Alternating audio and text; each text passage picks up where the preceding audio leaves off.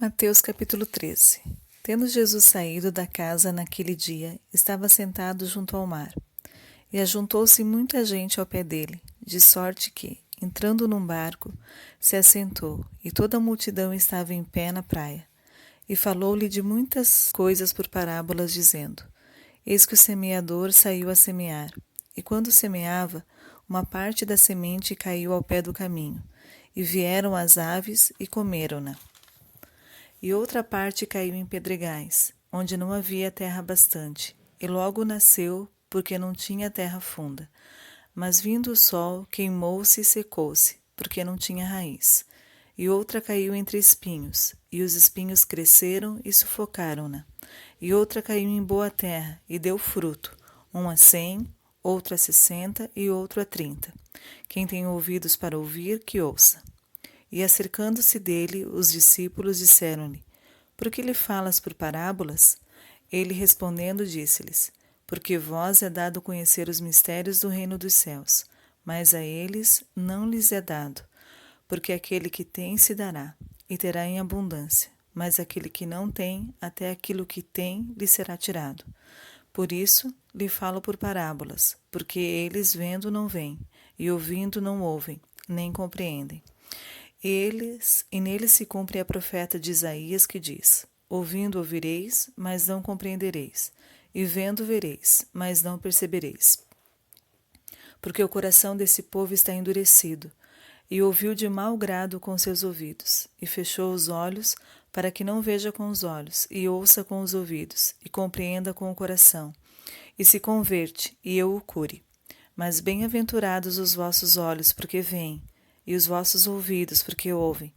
Porque em verdade vos digo, que muitos profetas e justos desejaram ver o que vós vedes, e não ouviram, e ouvir o que vós ouvis, e não ouviram.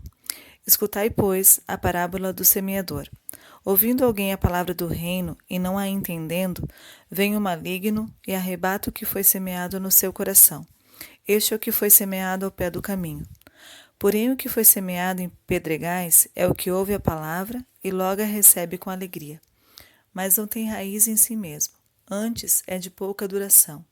E chegada a angústia e a perseguição por causa da palavra, logo se ofende. E o que foi semeado entre espinhos é o que ouve a palavra, mas os cuidados desse mundo e a sedução das riquezas sufocam a palavra e fica infrutífera. Mas o que foi semeado em boa terra é o que ouve e compreende a palavra, e dá fruto, e produz 100, outro 60 e outro 30. Propôs-lhe outra parábola, dizendo: O reino dos céus é semelhante ao homem que semeia boa semente no seu campo. Mas, dormindo os homens, veio o seu inimigo, e semeou o joio no meio do trigo e retirou-se. E quando a erva cresceu e frutificou, apareceu também o joio. E os servos do pai de família, indo ter com ele, disseram-lhe: Senhor, não semeaste tu no teu campo boa semente? Por que tem então o joio? E ele lhes disse: O inimigo é quem fez isso. E os servos lhe disseram: Queres, pois, que vamos arrancá-lo? Porém, ele lhes disse: Não, para que ao colher o joio, não arranqueis também o trigo com ele.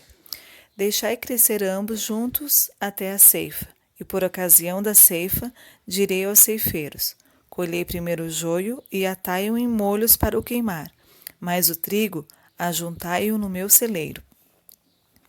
Outra parábola propôs, dizendo: O reino dos céus é semelhante a um grão de mostarda que um homem, pegando dele, semeou no seu campo, o qual é realmente a menor de todas as sementes, mas crescendo é a maior das plantas e faz-se uma árvore, de sorte que vêm as aves do céu e se aninham nos seus ramos. Outra parábola lhes disse: O reino dos céus é semelhante ao fermento que uma mulher toma e introduz em 3 medidas de farinha, até que tudo esteja levedado. Tudo isso disse Jesus por parábolas à multidão, e nada lhes falava sem parábolas, para que se cumprisse o que fora dito pelo profeta que disse: Abrirei em parábolas a boca. Publicarei coisas ocultas desde a criação do mundo. Então, tendo despedido a multidão, foi Jesus para casa, E chegando ao pé dele, os seus discípulos, dizendo: Explica-nos a parábola do joio do campo. E ele respondendo disse-lhes: O que semeia a boa semente é o Filho do homem. O campo é o mundo, a boa semente são os filhos do reino, e o joio são os filhos do maligno. O inimigo que semeou é o diabo, e a ceifa é o fim do mundo. Os ceifeiros são os anjos. Assim como o joio é colhido e queimado no fogo, assim será na consumação desse mundo.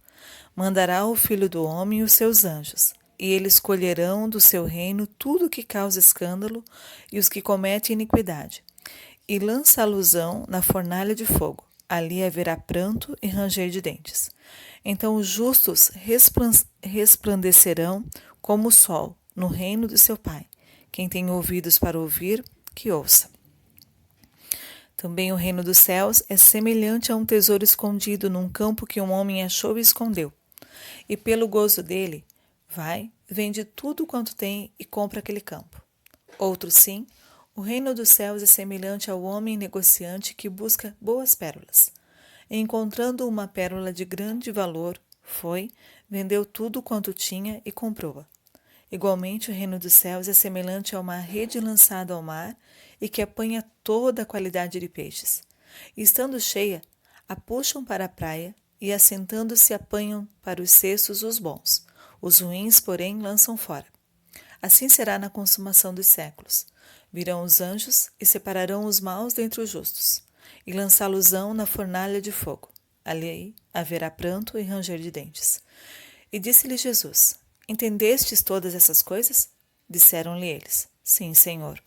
E ele disse-lhes: Por isso, todo escriba instruído acerca do reino dos céus é semelhante a um pai de família, que tira seu tesouro coisas novas e velhas. E aconteceu que Jesus, concluindo essas parábolas, se retirou dali. E chegando à sua pátria, ensinava-os na sinagoga deles, de sorte que se maravilhavam e diziam: Donde veio a este a sabedoria e essas maravilhas?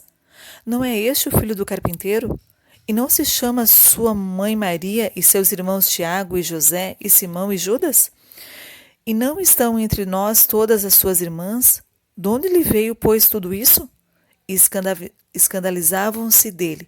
Jesus, porém, lhes disse: Não há profeta sem honra, a não ser na sua pátria e na sua casa.